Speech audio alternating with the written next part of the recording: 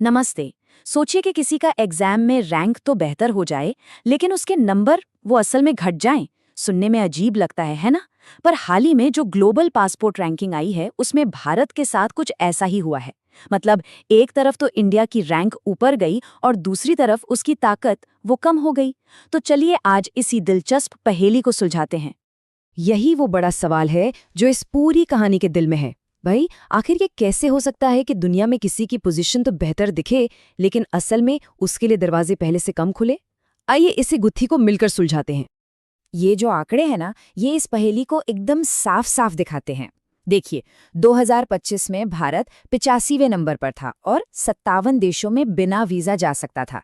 अब 2026 में रैंक 10 पायदान सुधरकर 75वीं हो गई, लेकिन वीजा फ्री पहुंच वाले देशों की संख्या 57 से घटकर 56 पर आ गई।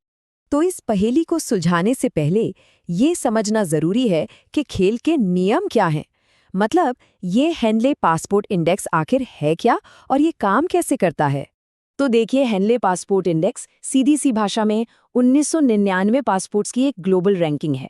ये इस बात पर तय होती है कि किसी एक पासपोर्ट को लेकर कितने देशों में बिना पहले से वीजा लिए जाया जा सकता है, और इसका सारा data international air transport association यानी IATA से आता है।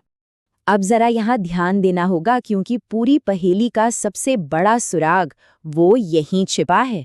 देखिए, इंडेक्स का स्कोर कैसे गिना जाता है। वीज़ा फ्री एंट्री को गिना जाता है, वीज़ा ऑन अराइवल को भी गिना जाता है, लेकिन और ये बहुत इंपॉर्टेंट है, अगर किसी देश के लिए ई वीज़ा तो है पर उसके लिए पहले से अप्रूवल चाहिए, तो उसे स्कोर में नहीं गिना जाता। बस इस छोटे से नियम को दिमाग में रखिएगा, ये आगे बहुत काम आने वाला है। चलिए अब सीधा मुद्दे पर आते हैं और देखते हैं कि 2025 और 2026 के बीच भारतीय पासपोर्ट रखने वालों के लिए असल में बदला क्या। तो समीकरण का जो पहला हिस्सा है वो है नुकसान। भारत ने 2 देशों में अपनी वीजा फ्री पहुंच खो दी। तो सवाल उठता है, ये पहुंच क्यों खोई? ये स्लाइड पूरी कहानी बता रही है। पहला, ईरान ने भारतीय पासपोर्ट होल्डर्स के लिए अपनी वीजा फ्री पॉलिसी रोक दी, और दूसरा, बोलीविया ने अपना नियम बदल दिया।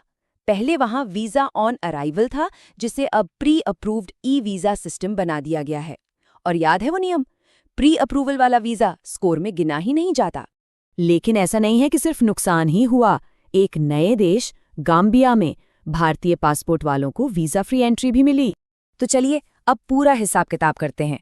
2025 में 57 देशों तक पहुंच थी, फिर 2 देश लिस्ट से बाहर हो गए और 1 देश जुड़ गया। तो नतीजा क्या हुआ? 56 देश। इससे हमारी पहेली का पहला हिस्सा तो एकदम साफ हो गया कि असल में वीजा फ्री पहुंच कम क्यों हुई।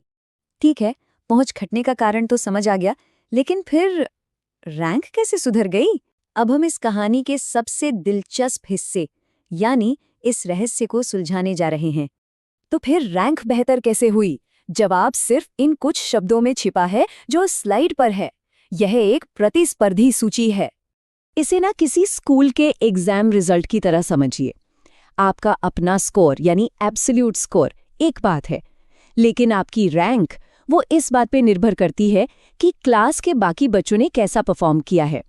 हो सकता है आपके नंबर थोड़े कम हुए हों, लेकिन अगर बाकियों के नंबर आपसे भी ज्यादा गिर गए तो क्लास में आपकी रैंक तो ऊपर जाएगी ही। और बस यही है हमारे इस विरोधाभास का असली जवाब। भारत की रैंक इसलिए नहीं सुधरी कि उसका अपना स्कोर बढ़ गया, बल्कि इसलिए सुधरी क्योंकि इस रेस में शामिल दूसरे देशों का स्कोर उससे भी ज्यादा गिर गया। अब इस साल की रैंक का क्या मतलब है, इसे और अच्छे से समझने के लिए चलिए थोड़ा पीछे चलते हैं और इसे इतिहास के चश्मे से देखते हैं। ये टाइमलाइन 2006 से, जब ये इंडेक्स शुरू हुआ था, तब से अब तक का सफर दिखाती है।